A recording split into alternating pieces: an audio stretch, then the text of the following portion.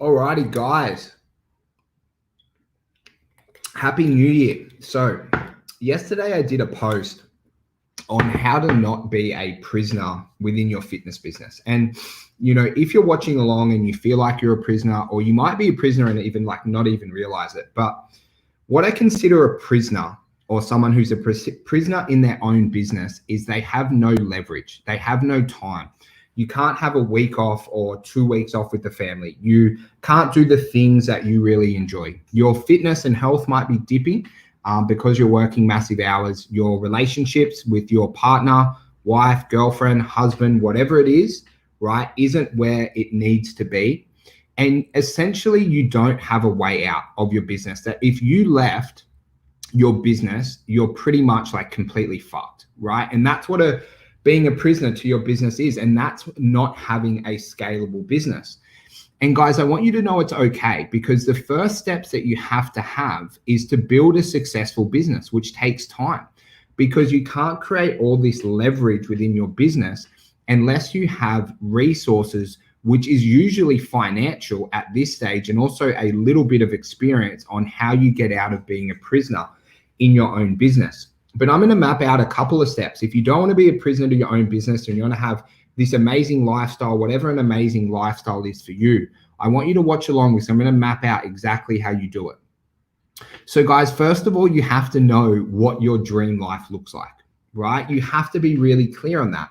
What hours are you working? And this is the thing, no one can tell you what that is, right? And this is a problem with the Gary V's and Grant Cardones of the world, is they'll tell you, yeah, work 60, 70, 80 hours a week, which is amazing. But you really need to look introspective and go, what does your perfect life look like? How many hours are you working every week? Are you still running sessions? You might love running sessions, and that's okay, right? It's okay if you're choosing to do that. And then what's your revenue goal? How much do you need to earn? What does your salary need to be? How much money do you need to be taking home on a monthly, quarterly, and yearly basis, so that everything else in your life is in alignment and you're moving forward on that? And then the next one, which a lot of people don't do, because I'll share a story. So I had like an earnings goal with my mentor, Charlie, right? And I was chatting to him. I was like, hey, this is what I want to earn. And he goes, what are you going to do with that money? And I was like, not really sure, right? So you need to make sure that you have a plan of what you want to do with the money that you're earning, right? What kind of house do you want to live in? What kind of car do you want to drive? How much money are you spending on your groceries and things like that? And there's this really good task. It's by a guy named Tim Ferriss. He wrote the 4-Hour Workweek. It's pretty much a bullshit book, but has a few pretty good concepts in it. But he does this thing where you map out your life financially, and it has a little buffer for you, right? So you have to make sure you do that before you go gung-ho and start to create all these teams and investing all this money and time. You must first know what you want in your life.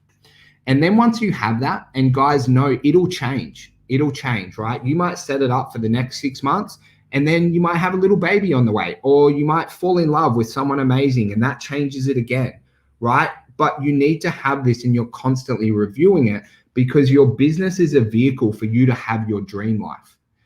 Then once you have that, once you have your plan, I highly recommend getting professional advice to make sure this is achievable. Like, are you in the right vehicle to have your dream life? Because we are in the fitness industry. There's some great things. There's also some limitations, right, in the fitness industry that you have. So you want to get this professional advice to say, hey, this is what I want my dream life to look like. These are the numbers that we need to hit. Is it achievable to make that happen? And someone will tell you very, very quickly, maybe some things that you're missing or that you're not looking at in the right way.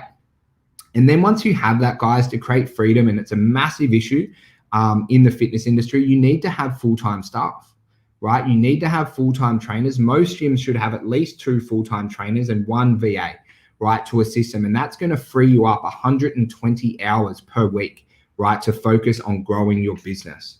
Because without that team, you're going to have to do absolutely everything within that business, and everything's going to kind of fall on you. But just having these staff isn't good enough, guys. Having just a couple of full-time staff who don't have a role, who don't have expectations, who don't have checklists, actually probably leads to more stress than anything else. So what you need to do is to make sure that all your staff have operations checklists and KPIs. And what an operations checklist is, it's a list of tasks that have videos on how you do everything every day so they know what they need to do. And yes, running the perfect session is one of them, right? How they open the gym, how they close the gym. You really need to create these systems for them so that they, right, can be really, really successful in their role, okay?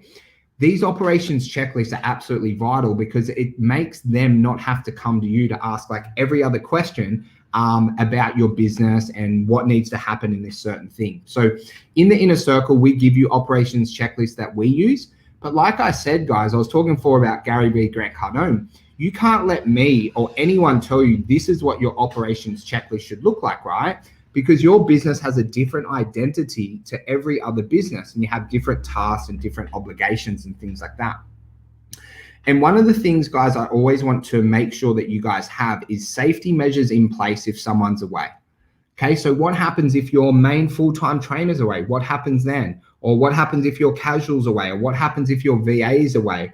And we actually call that cross-training, okay? So, we've got a couple of people on the call, right? So it's really, really smart to have 2 to 3 people in your business who are able to sell so that if your main salesperson's away, right, that can be covered, right? And on each other's checklist, that 2 to 3 people within the business know how to do each other's role. It might not be as good as the person who's doing it day in, day out, but you have that safety measure in place for your business. And I can't stress this enough, because otherwise you're going to be the one jumping in and filling what I call these like fires that happen in our business when people are away.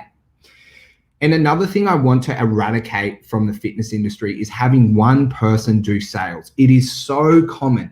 It is so common, and it is the fastest way to be a prisoner to your business. Either you only have one person within your business who can do sales, or it's you. And you need to start to cross-train these people. Otherwise, you're never going to be able to go away. I'm going to talk a bit about having a holiday in a sec, but the key is when you're doing this well, that your business grows without you, or your business grows without person X, right? If they're away for their 2-week holiday or away over Christmas.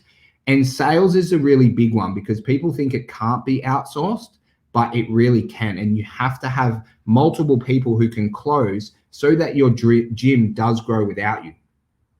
And guys, when we're kind of bringing this all together, there's only a couple more points, right? Is you want to do controlled tests. So, say in the first quarter of this year, you might be like, look, my goal is to, create this time to free this up so you have your dream life, right? Which I really want for you guys.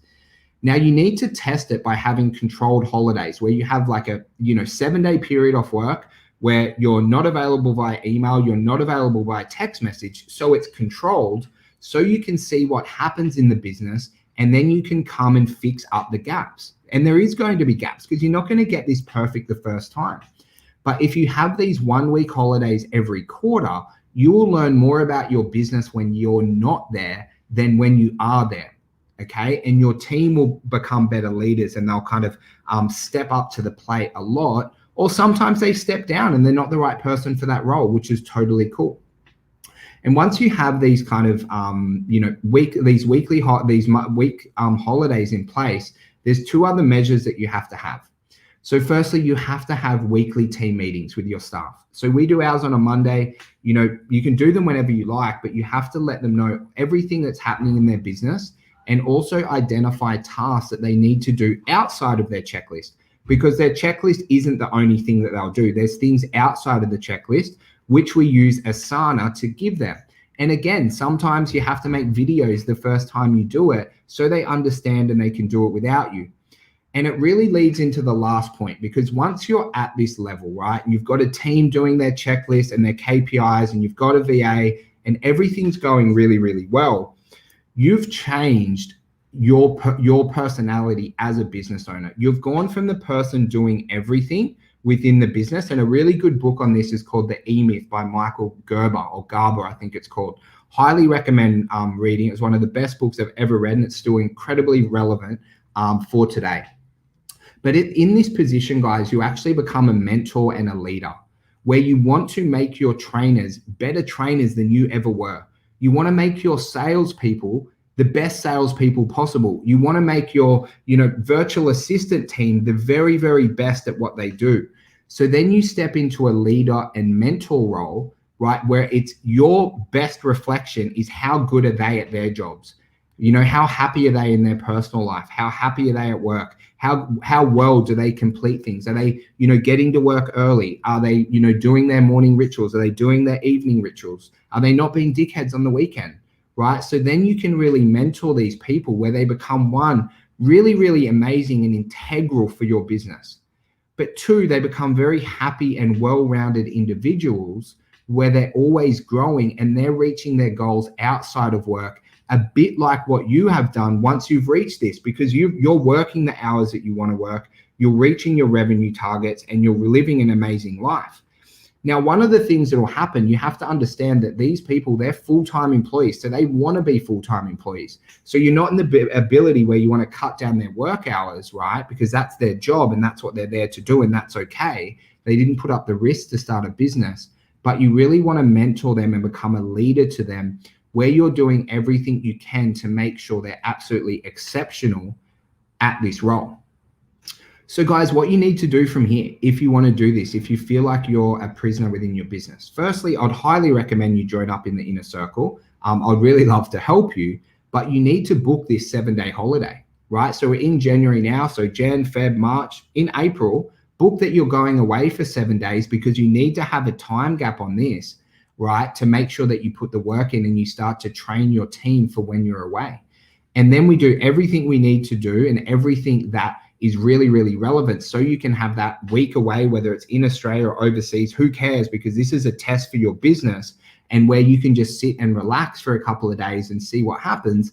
And then we come back and we see where the gaps were and we continue building this and building this and building this. And if you do this very consistently every quarter in 2021, by this time next year, you'll be in a position where you could have had 2 weeks off over Christmas and your fitness business still grew without you. Right? It doesn't just happen. People who say it happens in 12 weeks, they're lying to you, they're bullshitting to you, right? Because there's always gaps and no one does it perfectly. But if you follow these steps and then you have your week away, you come back and you identify what the gaps are, is you'll continually build and build and build, right? And then you have your next 7-day break off with your friends or with your family or whatever it is. And then you see how they go. We see how everything improves and you're going, what went well, what didn't, what do we need to improve on over the next 90 days so that this business can run without you? So guys, I hope you got a little bit of value from that. I definitely had to learn this the hard way in my business. It was multiple trips, learning, different people going like up and down and different things that we learned. But it definitely is possible if you follow everything in this video. I really appreciate you guys for watching. I think we had like 20 people on doing it. And guys, if you need any help at all in 2021, please reach out to me. You can send me a message. We can have a chat on Facebook and maybe even jump on a call to see if you're a good fit for our program. Thank you guys.